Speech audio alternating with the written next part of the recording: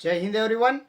After Diwali vacation let's continue. Semester second का study जो है वो बहुत कम टाइम में हमें कवर करना होता है, बट इसमें जो चैप्टर्स है they are very important. Why? Because the chapter which we are going to study today, that is fifth number chapter, linear equation in two variable, यही सेम चैप्टर आपको टेंथ में पढ़ना है। मीन्स जो ninth में आप लोग कंसेप्ट पढ़ोगे वो टेंथ में भी यूज होने वाले हैं, वो टेंथ के बोर्ड एग्जाम में भी पूछे जाते हैं और पूछे गए हैं अब तक। तो आपको ये चैप्टर बहुत इंपॉर्टेंट है। सेकेंड थिंग, ये जितने सेकेंड सेमेस्टर में जितने भी चैप्टर हम पढ़ेंगे वो सारे चैप्टर नेक्स्ट ईयर एक्सटेंड होके मिलेंगे। इट मीन्स ये चैप्टर का नेक्स्ट पार्ट टेंथ में। अभी आपको ये समझ में आना चाहिए कि अगर ये चैप्टर्स आपको ठीक से समझे तो वो टेंथ स्टैंडर्ड का बोर्ड एग्जाम आपको अच्छी तरह से जाएगा, नहीं तो बहुत सारी डिफिकल्टीज आपको झेलनी पड़ेंगी। सो जितना हो गया फर्स्ट सेम में, let it be, but now be serious. So let's start. Chapter number 5, linear equations in two variable. Let me adjust the brightness. Now students, as you know that there are some algebraic expressions. ये algebra का part है ये chapter. कुछ algebraic expressions होते हैं, वो algebraic expression के बहुत सारे types है। जैसे अगर वेरिएबल उसमें कितना कितना है उस पर डिपेंड है। अगर सिंगल वेरिएबल है तो हम लिखते हैं 2x प्लस 6, ऐसा लिख दिया कि अल्जेब्रिक एक्सप्रेशन होगा सिंगल वेरिएबल का। अगर मैं दो अल्जेब्रिक एक्सप्रेशन लिख दूं 6x प्लस 7 और इन दोनों को इक्वल साइन से रिप्रेजेंट कर दूं, तो जहां पे इक्वल साइन आता है दो अल्जेब्रिक एक्सप्रेशन के बीच में, तो इसको क्या कहा जाता है, ये पूरी इसको इक्वेशन कहा जाता है। अब ऐसा कोई कंपल्सरी नहीं कि दोनों अल्जेब्रिक एक्सप्रेशन हो। अगर एक अल्जेब्रिक एक्सप्रेशन है और एक कांस्टेंट है, ये कांस्टेंट है, ये अलजेब्रिक एक्सप्रेशन है पूरा, ठीक है, तो ये भी क्या होगा, ये पूरा ये क्या होगा, एक इक्वेशन हो गया। व्हाट इट्स कॉल्ड इक्वेशन, क्योंकि इट कंटेंट इक्वल साइन। ये बेसिक कंसेप्ट है। अभी रही बात इक्वेशन, वो भी लीनियर कैसे हो, तो हमने डिग्रीज पढ़ी है पॉलिनोमियल में। डिग्री कैसे पढ़ी है? लीनियर हमने पढ़ा है, क्यूबिक पढ़ा है, क्वाड्रेटिक पढ़ा है, याद होगा। एक बार रिपीट कर देता हूं। अगर आपका कोई 2x प्लस 6 है, 2x स्क्वायर प्लस 7 है, 2x क्यूब प्लस 8 है, तो यहाँ पे अगर आप डिग्री पूछोगे what is the degree of this polynomial, whole polynomial, तो यहाँ पे आपको समझ में आ जाएगा कि इसकी जो डिग्री है वो है हाईएस्ट डिग्री 1 है, इसकी जो डिग्री है वो 0 है, क्योंकि यहाँ पे कोई वेरिएबल नहीं है। तो इसका डिग्री क्या होगा टोटल, इसकी फाइनल डिग्री क्या हो जाएगी 1। तो ये कौन सा इक्वेशन होगा, लीनियर पॉलिनोमियल हो गया, ठीक है, इक्वेशन नहीं पॉलिनोमियल हो गया। ये क्या डिग्री है 2, इसकी डिग्री क्या है 0, तो ये कौन सा होगा क्वाड्रेटिक। ये इसकी क्या डिग्री 3, इसकी क्या डिग्री 0, तो ये क्या हो गया क्यूबिक। तो हमें लीनियर पे वर्क करना है। लीनियर का मीनिंग क्या होगा कि वहां पे वेरिएबल होगा, every variable has degree 1, that is called as linear equation. उसमें इक्वल साइन भी आना चाहिए, ये इक्वल साइन वाला नहीं है। तो कैसे दिखेंगे equation, 2x plus 6 equal to 7, तो यहाँ पे एक ही वेरिएबल आया जिसकी डिग्री 1 है, it is called as linear equation. अगर ऐसे आ गए तो 2x square plus 6 equal to 8, तो यहाँ पे डिग्री 2 है, तो लीनियर इक्वेशन नहीं है। तो लीनियर इक्वेशन के लिए जितने वेरिएबल आएंगे उन सबका डिग्री 1 होना चाहिए। अभी के जितने वेरिएबल, इट मीन आप लोग ऐसे बोलोगे sir 2xy plus 7 is equal to 0, तो ये भी एक लीनियर इक्वेशन है, क्योंकि इसकी डिग्री 1 है सर। तो मैंने पहले ही पढ़ा था कि इसकी डिग्री 1 है क्या, ये पूरे टर्म की नहीं, क्योंकि दो वेरिएबल है तो ये डिग्री का एडिशन होगा, इसकी डिग्री हो जाती है 2। So this is quadratic equation, not a linear equation. So linear equation के लिए क्या चाहिए कि every variable should have 1 degree, every term should have 1 degree. Highest term, yes highest degree होगी तो 2 होनी चाहिए। अभी इसकी 0 डिग्री है ये टर्म की, तो ऐसा कुछ नहीं है, but highest degree of all term should be 1, not more than that. So that is called as linear equation. अब यहाँ पे बात चल रही 2 वेरिएबल्स चाहिए, तो रिस्ट्रिक्शन हो गया कि आपको एटलीस्ट 2 वेरिएबल चाहिए। तो x plus y equal to 6 आ जाएगा, या फिर √2x plus 7y is equal to 8, x और y ऐसे आने चाहिए। तो ये हो गया आपका लीनियर इक्वेशन इन 2 वेरिएबल। कुछ बात समझ में आ रही, तो इस पे हमें वर्क करना है। तो अभी स्टूडेंट थोड़ा सा बेसिक इससे पहले सीख लेते हैं कि आपने इसमें और क्या क्या सीखा था। तो देखिए, जब भी हम कोई भी इक्वेशन लिखते हैं, पहले इक्वेशन के बारे में पढ़ लेंगे बेसिक। यस, जब भी हम कोई इक्वेशन लिखते हैं, बेसिक के बारे में बात कर रहा हूं मैं। तो whenever we are writing a equation, that time suppose a simple equation I am going to take 2x plus 2 equals to 6. तो अगर मैं इसको बोलूंगा सॉल्व, जैसे मैं सॉल्व बोलता हूँ, सॉल्व का मीनिंग होता है to find the solution. Solve का मीनिंग होता है, अगर सॉल्व लिखा जाए, to find the solution. To find solution. Solution it means to find value of variable that is x. तो सॉल्व का मीनिंग होता है find the value of x. Find the solution का मीनिंग हो गया find the value of x. ये meaning पूरा same है. कभी कभी ऐसे इंस्ट्रक्शन होंगे, कभी ऐसे इंस्ट्रक्शन होगी, कभी ऐसे इंस्ट्रक्शन होंगी. Find the solution, solve, yes. तो ये पूरा सेम है. तो यहाँ पे हमें एक्स की वैल्यू अगर निकालनी है, तो कोई भी वैल्यू अगर निकालनी होती है, अगर मेरा वजन मुझे करना है, मेरा अगर वजन करना है, तो यहाँ पे ऐसे तराजू लगाए हुए हैं, समझ लीजिए 2. ठीक है, ये बैलेंसिंग वेइंग बैलेंस है, यस. तो इसमें अगर मैं यहाँ पे खड़ा हूं और मेरे साथ मेरा फ्रेंड भी खड़ा है और मुझे सिर्फ मेरा ही वजन करना है, और इधर कुछ किलोग्राम रखे हैं, सिर्फ 2 kg है, 10 kg है, फिर इधर 50 kg का भी वजन है, ठीक है, इधर फिर 100 kg का भी वजन रख दिया, बहुत सारे वजन उसने रख दिए, और हम दोनों खड़े हैं, और मुझे पूछा गया कि फाइंड माई वेट. तो आप लोग क्या करोगे? भाई तू क्यों खड़ा है, इसको अपन निकाल देंगे, तू निकलना इधर से, तू क्यों खड़ा है, तेरा क्या संबंध है इधर. तो ये बेचारा क्या करेगा, ये इधर से हिल जाएगा, ये चला जाएगा, नहीं भाई ठीक है, तो मैं तो चला जाता हूँ. जैसे ये इक्वल है भैया, जैसे ही यहाँ से निकलेगा ये इम्बैलेंस हो जाएगा, हिल गया ये, कि ये क्योंकि ऐसे था, जैसे ही वो जाएगा ये उठ जाएगा, ये नीचे चला जाएगा, क्योंकि इसका वजन ज़्यादा होगा, इसका वजन ज़्यादा हो जाएगा, नीचे चला जाएगा. तो आप क्या करोगे? भाई तेरा वेट कितना है, उतना वेट कम कर दो, यहाँ से भी आपको वेट कम करना पड़ेगा, तभी तो मेरा वेट मिलेगा. फॉर एग्जाम्पल, अगर मैं यहाँ पे आपको दिखा रहा हूँ कि x प्लस 2 इक्वल टू 6 है, मुझे सिर्फ x का वेट चाहिए, 2 का वेट की जरूरत नहीं. तू निकल जा, तू तो इसको ये प्लस में, तो इसको निकालना है, तो मुझे क्या करना पड़ेगा? x प्लस 2, तू निकल जा तो -2 करना पड़ेगा. अगर मैंने इधर -2 किया तो इधर भी मुझे -2 करना पड़ेगा. जैसे मैंने इस आदमी को यहाँ से निकाला, तो यहाँ से इस आदमी का जितना वेट है उतना वेट यहाँ से मुझे निकालना पड़ेगा, तभी तो ये इक्वल रहेगा, नहीं तो ये बैलेंस, वेविंग बैलेंस इम्बैलेंस हो जाएगा. तो यहाँ पे मैंने ये 2 को ओमिट करने के लिए -2 लगाया. अगर इधर मैं -2 कर रहा हूँ तो इधर भी -2 करना पड़ेगा, क्योंकि इक्वल साइन मुझे मेंटेन रखना है. तो -2 + 2 गेट कैंसल, सिर्फ x बच गया. 6 - 2 विल बी 4. ये कॉन्सेप्ट है. अब इसको समझाने के लिए हम कैसे एक्सप्लेन करते हैं कि इसको भाई ज्यादा दिमाग में मत जाए, बच्चे डर जाएंगे, इसलिए हम इसको कैसे सिखाते हैं कि x + 2 = 6 है.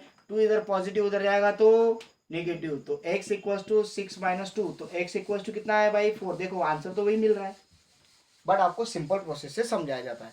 बट इसके अंदर ये गड़बड़ हो रही है. इस तरह का बैलेंस करना चाहिए. इक्वल है ना वो दोनों, तो दोनों इक्वल थे. अगर मैं ये उठाऊंगा तो ये हल्का हो जाएगा, तो ऊपर चला जाएगा, नीचे गिर जाएगा, तो इसमें से वजन निकालना पड़ेगा मुझे. सिंपल वही है. अगर आप ये 2 को निकालना चाहते हो तो 2 तो आप निकाल लिया, बट इधर से भी 2 निकालना पड़ेगा. अब रही बात इसकी, अब अगर ये माइनस है, -2 है, it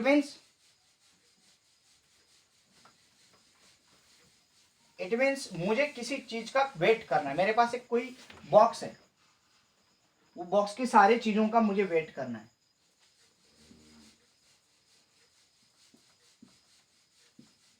yes, there is one box. वो बॉक्स की सारे जो चीजें भरी हुई है उन सब का वेट करना है. तो मैं क्या करूंगा, यहाँ पे एक बॉक्स पड़ा हुआ है, उसमें 5 चीजें हैं. ठीक है, मैं बॉक्स में से एक चीज निकाल लूंगा, इधर रख दी मैंने, और ये 4 चीजें यहाँ पे रख दी, और मैं वजन कर रहा हूँ. कुछ बात आ रही समझ? वजन कर रहा हूँ मैं. अब मैं जब वजन कर रहा हूँ तो मैंने कुछ चीज माइनस कर ली. देखो ना क्या किया मैंने, ये जो 5 का बॉक्स था उसमें से एक चीज निकाल दी, तो मेरे पास सिर्फ 4 का बॉक्स मिला मुझे, जो यहाँ पे रख दिया मैंने. दिख रहा है आप लोगों को? करेक्ट, एक चीज मैंने निकाल ली.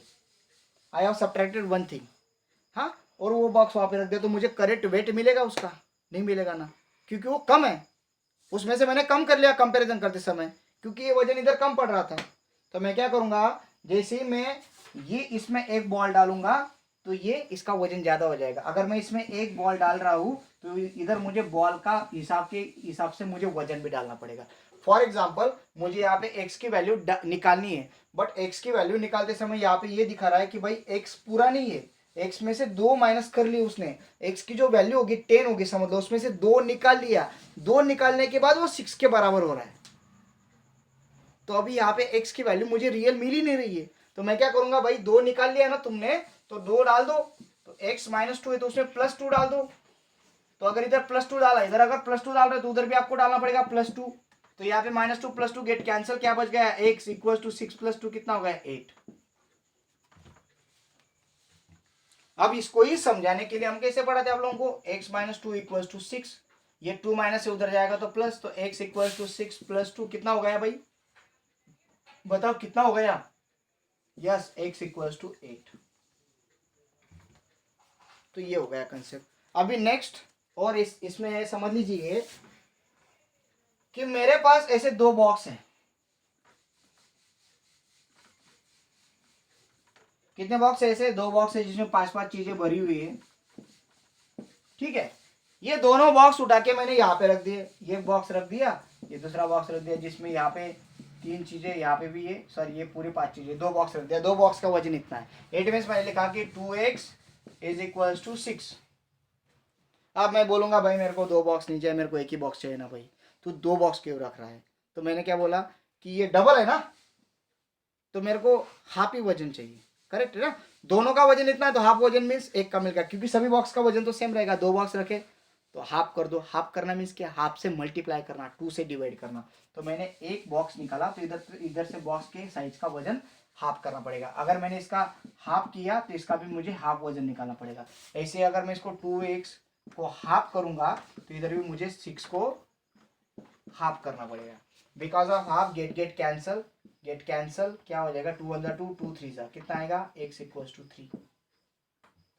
अब इसको समझाते समय हम कैसे समझाते हैं कि भाई ये जो 2 है, ये 2 x के साथ मल्टीप्लाई कर रहा है, तो x = ये 2x के साथ मल्टीप्लाई कर रहा है, ये अगर इधर आ जाएगा तो 6 के साथ डिवाइड करेगा, तो x = 6 के 2 टुकड़े करो तो आंसर कितना आएगा, 3।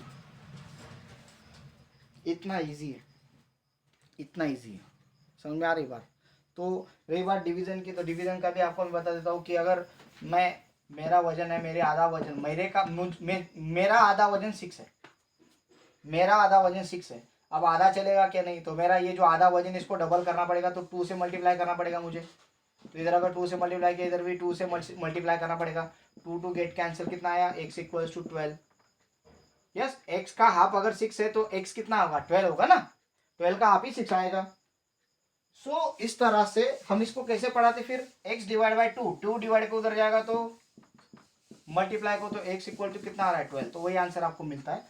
बट ये कंसेप्ट आपको भी समझ में आनी चाहिए। So hope what ever I taught you got it. और भाई ये हो गया बेसिक जो आपने 6th में पढ़ा था। अभी इस साल क्या पढ़ना है, तो इस साल हम लीनियर इक्वेशन, ये एक ही वेरिएबल था लीनियर इक्वेशन, अब यहाँ पे हमें लीनियर इक्वेशन पढ़ने वो 2 वेरिएबल वाले पढ़ने, तो अभी अब समझ लीजिए x + y = मैंने लिख दिया 6। अब यहाँ पे बताइए x की वैल्यू और y की वैल्यू क्या आएगी। तो मुझे बच्चे मिले, सर ऐसा करो ना, एक टेबल ही बना लो, जो जो वैल्यू बोलेंगे लिख लेंगे। मैंने बोला एक ही वैल्यू मिली कि नहीं ना सर, कुछ भी हो सकता है इधर। एक ने बोला सर x की वैल्यू 0 लो, तो x की वैल्यू अगर 0 डाली तो प्लस कितना करोगे तो 6 आंसर आएगा।